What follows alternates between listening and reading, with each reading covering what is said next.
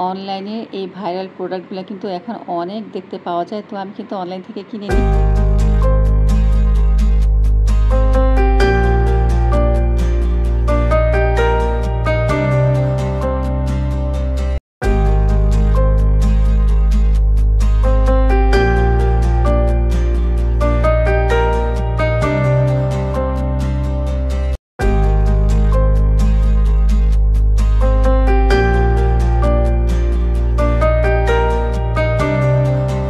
রাত বাজে 1:30 আর আমার মেয়ে আমাকে দেখো মেহেদি দিয়ে দিচ্ছে।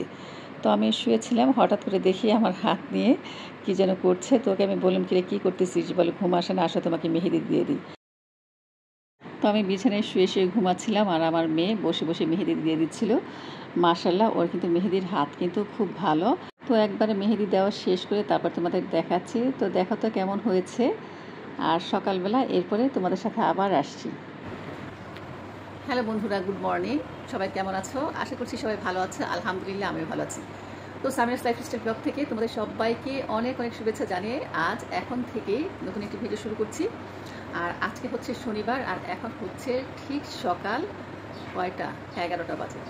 কারণ ঘুম থেকে আরও আগে অবশ্য উঠছি, উঠে মেয়েরা তো দেখা যায় স্কুলে গেছে, তারপর বড় মেয়ে চলে গেছে কোচিংয়েই। এরপরে আমি ঘরের টুকিটাকে কাজকর্ম গুছিয়ে নিয়ে এই যে এখন নাস্তা নিয়ে বসছি তোমাদের সামনে। ভাবলাম নাস্তা খেতে খেতে তোমাদের সাথে ভিডিওটা শুরু করে দিই। আর দেখো, গতকাল রাতে আমার মেয়ে আমার হাতে মেহেদি লাগাই দিচ্ছে, বুঝছো কত সুন্দর কালার আসছে। তবে রাত্রে আমি ঘুমাইছিলাম, হাত মনে হয় এভাবে চলে গেছে। তো এই জায়গাটা দেখো পুরাটা লাল হয়ে গেছে মেহেদি লেগে। দেখি হয়তো বা উঠে যাবে, আর কি ভিডিওতে তো অত একটা আসতেছে না, কিন্তু এমনি অনেকটা লাল হয়ে গেছে জায়গাটায় এই মেহেদির কারণে। মেহেদিটা কেমন হয়েছে? নাতি আমাকে হাতে লাগাই দিচ্ছে, আমার কাছে তো খুব ভালো লাগছে। তবে এই কালারগুলো না বেশি থাকে না, দেখা যায় ঘরের কাজকর্ম করতে করতে কালার চলে যাবে। তো কী কী দিয়ে নাস্তা করছি চলো তোমাদের একটু দেখাই। এই যে দেখো আমার এই ট্রেটা কেমন হয়েছে জানিও তো। এই যে এখানে আমি 2টা পরোটা নিয়েছি ঘি দিয়ে ভেজে, সাথে নিয়েছি চীনা বাদাম, গরুর মাংস, ডিম পোচ আর হচ্ছে কলা। এই ট্রেগুলো কিন্তু আমার কাছে ভীষণ ভালো লাগছে, এই কারণে আমি আরও 3টা কিনে নিয়ে আসছি। মানে আমার যেহেতু ঘরে লোক 4জনের জন্য 4টা ট্রে নিয়েছি। তো খাওয়ার পরে তোমাদের দেখাবো বাকি ট্রেগুলো, ঠিক আছে? তো চলো এখন খাওয়াটা শুরু করি বিসমিল্লাহ বলে। পরোটা আমি ঘি দিয়ে ভেজে নিয়েছি, খুব কিন্তু মজা হয়েছে। সাথে তো চীনা বাদাম আছে, আর গরুর মাংস দিয়ে আসলে পরোটা খেতে এমনিও খুব ভালো লাগে। আমার 2 মেয়েরও খুব পছন্দ। যত কিছুই খাই না কেন, চা ছাড়া তো আসলে চলে না। আমি চা চুলায় বসে দিয়ে আসছি। আর গতকাল রাতে যেহেতু অনেক দেরি করে ঘুমিয়েছিলাম, তাই ঘুম থেকে উঠতে অনেকটা দেরি হয়ে গেছে। কাজের খালাও চলে আসছে, তো খালা কাজ করছে আর আমি যে নাস্তা খাচ্ছি। নাস্তা খাওয়ার মাঝে কিন্তু আমি চা করে নিয়ে আসছি, আর চা খেতে খেতে সকালের ব্রেকফাস্টটা শেষ করব, আর শেষ করে তোমাদের দেখাবো আজকে কি কি কিনেছি। তো এই হচ্ছে আমার বাকি 3টা ট্রে। এই ট্রেগুলো আমার কাছে এত ভালো লাগছে কি আর বলবো, এই কারণে ভাবলাম যে বাকি সদস্যদের জন্যও নিয়ে নিই।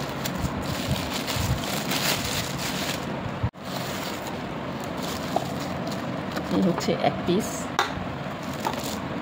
এই হচ্ছে 1 পিস,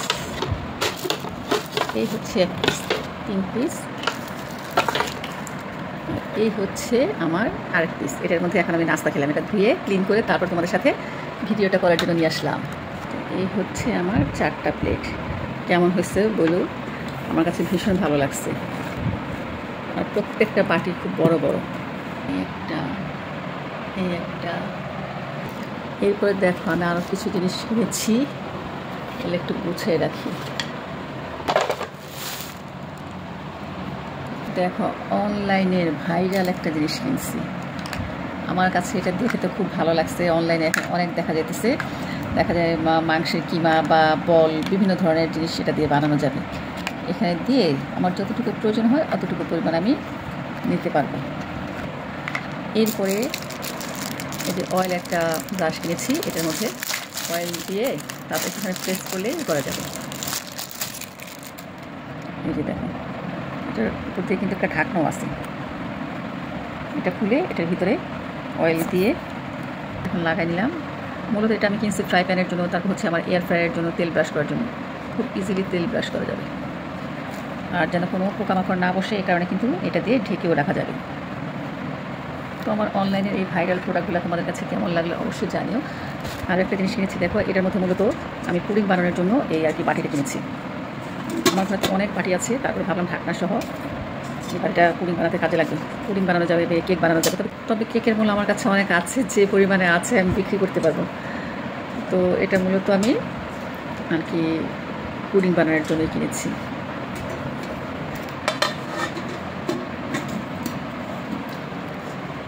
আরও একটা জিনিস কিনেছি, তোমাদের একটু দেখাই। এই হচ্ছে ব্যাগ, নর্মাল একটা কম দামের মধ্যে সিম্পল ব্যাগ।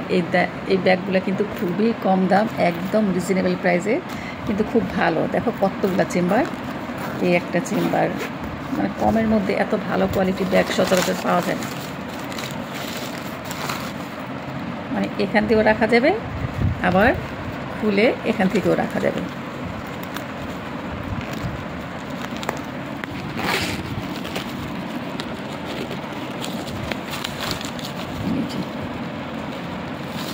আবার এই যে এখানে আর একটা চেম্বার আছে।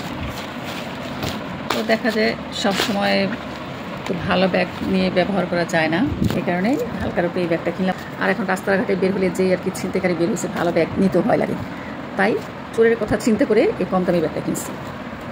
তো আমার অনলাইনের এই ভাইরাল প্রোডাক্টগুলো কেমন হয়েছে অবশ্যই কিন্তু কমেন্টস করে জানিও। সব কিছু গুছিয়ে রেখে রান্নাঘরে চলে আসলাম, কারণ আমার বর বাজার নিয়ে আসছে। ও বাজার কিন্তু আরও অনেকক্ষণ আগে এনেছে। তো এখানে এনেছে কয়েক আইটেমের মাছ, তারপর শাকসবজি এনেছে। রান্নাঘরে এসে যখন দেখলাম আর কি মাছগুলো নড়াচড়া করছে না, পলি ব্যাগের মধ্যে ছিল, তো ওর সাথে আমি চেঁচামেচি শুরু করছি যে তুমি তেলাপিয়া মাছ আনছো, আবার মরা মাছ আনছো কেন? তখন বললো যে তুমি খুলে দেখো মাছগুলো মরা না, সবগুলো জেতা। তো যখন আমি আর কি ট্রেতে ঢাললাম, দেখলাম যে বেশি একটা নড়াচড়া করছে না, তারপরে পানি দিলাম। পানি দেওয়ার পরে দেখলাম মাশাআল্লাহ মাছগুলো অনেক নড়াচড়া করছে, মানে আসলে মাছগুলো জ্যান্ত ছিল। তো এখন আমি যে ফ্রিজে মাছ রাখবো সেই টেনশনেই আমার আর কি মাথাটা খারাপ হয়ে গেছে, যে ফ্রিজেতে কোনো জায়গা নেই। এই কারণে আসলে বাজার সদাই কিনতে বলি না। এই যে আমার এক পাশে সব ফ্রোজেন আইটেম, আরেক পাশে হচ্ছে মাছ, মাংস, মুরগি সব কিছুই আছে। যাই হোক, অনেক কষ্ট করে মাছগুলো ফ্রিজে রেখে দিলাম, আর এরপরে জাগার মতো জায়গায় জিনিসগুলো রেখে দিলাম। প্রতিদিন কিন্তু আমাকে এই একটা ঝামেলা করতে হয়, দেখা যায় ফ্রিজের উপর থেকে সব কিছু সরাতে হয়, এরপর আবার সব কিছু রেখে দিতে হয়। যাই হোক, জিনিস মেনটেন করে রাখার জন্য একটু তো কষ্ট করতেই হবে। এরপরে কিন্তু আমি শাক বেছে নিয়েছি, আর আজকে যেহেতু কাতলা মাছ এনেছে, ভাবলাম যে তাজা তাজা একটুখানি ভুনা করে নিই। আর এই যে যেহেতু পাট শাক এনেছে, পাট শাকের সাথে কিন্তু সরিষা বাটা ভর্তা খেতে খুব মজা লাগে। তো ঘরে দুটো বেগুন ছিল, বেগুন দিয়ে কিন্তু আমি রুই মাছটা রান্না করে নিচ্ছি। এটা ভুনাও না আবার তরকারিও না, মানে পেঁয়াজের পরিমাণ বেশি, সবজির পরিমাণ কম। প্রথমে চেয়েছিলাম বেশি পেঁয়াজ দিয়ে ভুনাই করবো, পরে চিন্তা করলাম ঘরে দুটো বেগুন রয়ে গেছে, আজকে যদি রান্না না করি তাহলে বেগুনগুলো ফালানো যাবে। তো রুই মাছ দিয়ে বা কাতলা মাছ দিয়ে কিন্তু বেগুনের আলু দিয়ে ঝোল খেতে খুব মজা লাগে, এই কারণে আমি আর কি তরকারির মধ্যে দিয়ে দিলাম। তো আমার তরকারি কিন্তু ফাইনালি হয়ে গেছে, আর নামানোর আগেই দিয়ে দিলাম এখানে 1 চামচ পরিমাণ টালা জিরা গুঁড়া। এই জিরা গুঁড়া দেওয়ার কারণে কিন্তু তরকারির টেস্টটাই অন্যরকম হয়ে যায়। তো আমি এখন 2 থেকে 3 মিনিটের জন্য এটাকে দমে রেখে দিব, তাহলে উপর থেকে তেলটা বের হয়ে যাবে, আর তরকারিটা খেতে কিন্তু আর বেশি ভালো লাগবে। তরকারি কিন্তু হয়ে গেছে, আমি চুলার জালটা অফ করে দিয়েছি। আর এই যে এখন পাট শাক রান্না করে নিচ্ছি। পাট শাকটা কিন্তু মূলত প্রথমে আমরা একটুখানি লবণ আর কাঁচামরিচ দিয়ে সিদ্ধ করে নিই, পরে বাগার দিই।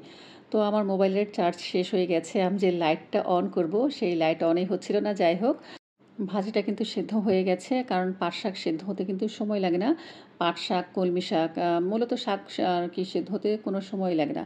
আমার মনে হয় 5 থেকে 6 মিনিট আমি সিদ্ধ করেছি। তারপরে এই যে এখন বাগার দিয়ে নিলাম। তবে বাগারে কিন্তু অবশ্যই পেঁয়াজের পরিমাণ, রসুনের পরিমাণটা বেশি হলে খেতে ভালো লাগে। ছোটোবেলা থেকেই দেখতাম আমার মাকে আর কি আমার আব্বা বলে দিত পাট শাক রান্না করলেই সরিষা ভর্তা করতো, বা দেখা যায় মূলা ভাজি করলে টাকি মাছের ভর্তা করতো। তো হঠাৎ করে আমার মনে পড়লো যে ঘরে তো আমার সরিষা আছে, তাহলে আমি একটুখানি সরিষা ভর্তা করে নিই। আর এমনিতেও দেখা যায় আমার বরের কিন্তু ঠান্ডা লেগেছে, তো ওর জন্য কিন্তু সরিষা বাটা ভর্তাটা খেতে ভালো লাগবে। তো আমি কিন্তু শাকটা সুন্দর করে বাগার দিয়ে নিয়েছি, আর আমি কিন্তু সরিষাটা ধুয়ে ভিজিয়ে রেখেছি যেন ব্লেন্ড করতে কোনো সমস্যা না হয়। তো এই ভর্তাটা মূলত পাটায় বেটে খেলেই বেশি ভালো লাগে, কিন্তু আমার কাছে ব্লেন্ডার মেশিনে বেশি সহজ মনে হয়। ভর্তা বাটাবাটি করতে অনেক কষ্ট, আর যেহেতু আর কি হাতে বাটার স্বাদ আর আর কি মেশিনের স্বাদ প্রায় সেম সেম, এই কারণে কে আর কষ্ট করে বলো। তো আমার শাকটা কিন্তু খুব সুন্দর মতন হয়ে গেছে। আমি আর কি একটু ভাজা ভাজা করে নিয়েছি, যে শাকে আসলে একটু যদি পানি পানি থাকে, পানসে হলে কিন্তু খেতে ভালো লাগে না। তো আমি লবণটা একটু চেখে নিলাম, একদম ঠিকঠাক আছে। আর সবজির মধ্যে পেঁয়াজ রসুন বেশি দেওয়ার কারণে কিন্তু দেখা যাচ্ছে কিন্তু।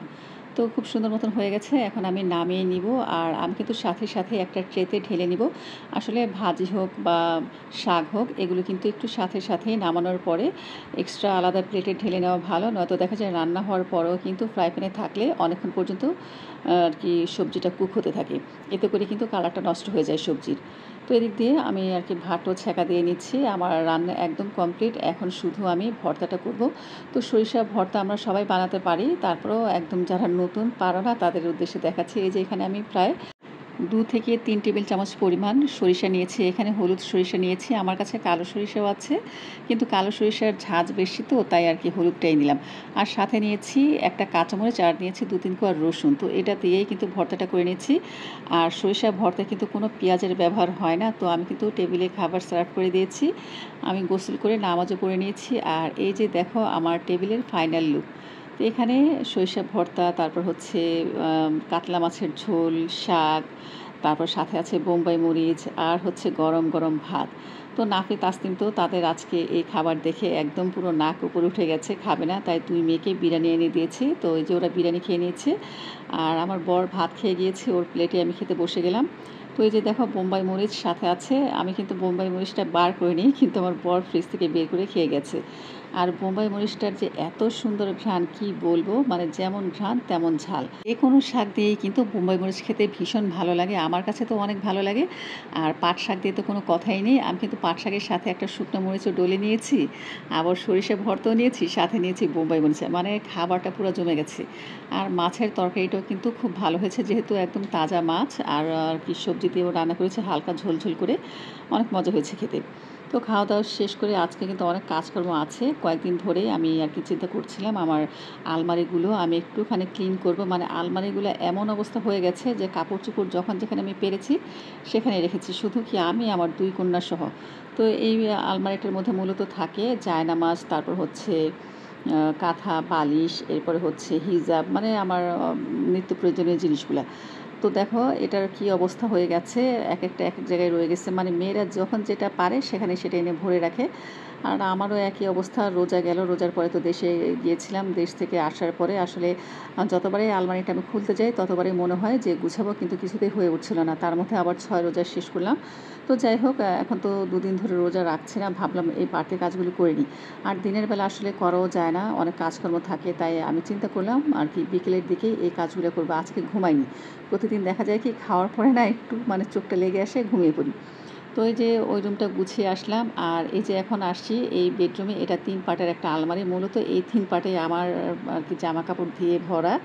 আর সাথে তো নাফির আরও একটা আলমারি আছে। মানে আমার ঘরে টোটাল হচ্ছে 3টা আলমারি। একটা হচ্ছে 3 পার্টের আলমারি, আর একটা হচ্ছে ডাবল পার্টের দুইটা। তো সবগুলো আসলে তো একসাথে আমি গুছাতে পারবো না, কারণ আমি হচ্ছে একা মানুষ, আর তলানো লোক হচ্ছে আরও 3 জন।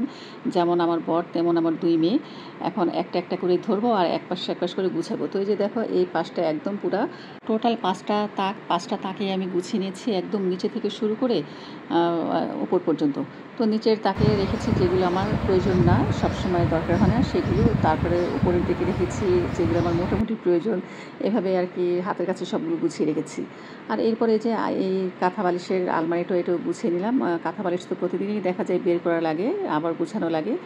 যাই হোক, এখন মাগরিবের আজান হয়ে গেছে। এরপরে নামাজ পড়ে বসেছিলাম। আসছে আমার 2 বোন। তো অনেক দিন ধরে আসলে আমাদের চা খাওয়া হয় না। রোজার পরে এই প্রথম আমরা 3 বোন মিলে চা খাবো। তো এখানে 3 জনের জন্য 3 কাপ পানি দিয়েছি। 3 কাপ পানি না, এখানে প্রায় 4.5 কাপ পানি হবে, কিন্তু গুনে গুনে 3 টেবিল চামচ পরিমাণ আমি লিকার দিয়েছি। লিকারের পরিমাণটা আমাদের একটু বেশিই লাগে। লিকার আর কি গাঢ় না হলে চা খেতে কিন্তু ভালো লাগে না। আর ভাবলাম যে একটু বাদাম ভেজে নিই। তো আমার আর কি চা বানানোর শেষ। আর এই যে আমার বোনেরা আসার সময় সমোচা, তারপরে হচ্ছে পুরি, এগুলো নিয়ে আসছে। কিন্তু পুরির সাথে দেখো কি দিয়েছে, শুধু দিয়েছে পেঁয়াজ আর কাঁচামরিচ, কোনো আর কিছুই দেয়নি, শসা বা খিরাই। তো আমার ঘরে শসা ছিল, আমি একটু কুচি করে কেটে নিলাম, আর হচ্ছে টমেটোর সস দিয়ে দিলাম। টমেটোর সসটা মূলত নিয়েছি হামিম আসছে, হামিমের জন্য। তারপর হচ্ছে নাফি, তাসনিম, ওরা দেখা যায় পুরি, সামোসা এগুলো হচ্ছে সস দিয়ে খেতে বেশি পছন্দ করে। আমার আবার অত লাগে না, আমার দেখা যায় চা হলেই হয়ে যায়। শুধু আমার না, আমার বোনদেরও কিন্তু চা, তারপর হচ্ছে পুরি, পরোটা, এগুলো দিয়ে খেতে ভালো লাগে।